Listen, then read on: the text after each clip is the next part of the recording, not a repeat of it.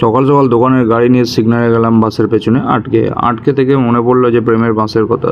ঠিক আছে, তারপরে এগিয়ে গেলাম, এগিয়ে গিয়ে দোকানে এসে দোকান খুলে একটু চারিদিকে একটু হালকা করে ফোনটা ঘুরিয়ে নিলাম। তারপর ঝাঁটাটা হাতে ধরে হালকা করে একটু ঝাঁটটা দিয়ে দিলাম। দোকানে হয়ে গেছে অনেক নোংরা। তারপর মা বাবার রিপোর্ট নিয়ে ডাক্তারবাবুর সাথে কথোপকথন করে নিলাম। করার পর স্টকটা দেখে নিলাম কি অর্ডার দিতে হবে। চলে গেলাম মার্কেটে গিয়ে ছবি তুলে নিলাম একটু হালকা করে।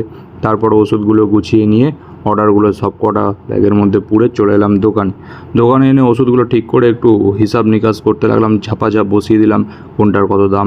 তারপর গাছিয়ে নিলাম, প্যাকেটের মধ্যে ঢুকিয়ে নিয়ে আমার ধুম বাইকটা নিয়ে বেরিয়ে পড়লাম ডেলিভারিতে।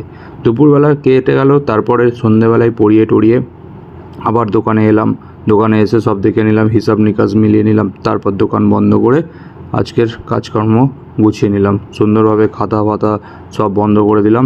তারপর দোকানের শাটার নামিয়ে গাড়িতে দিলাম স্টার্ট দিয়ে চললাম আমি ধুম্মা চালে করতে। ধুম্মা চালে ধুম, ধুম্মা চালে ধুম। Good night.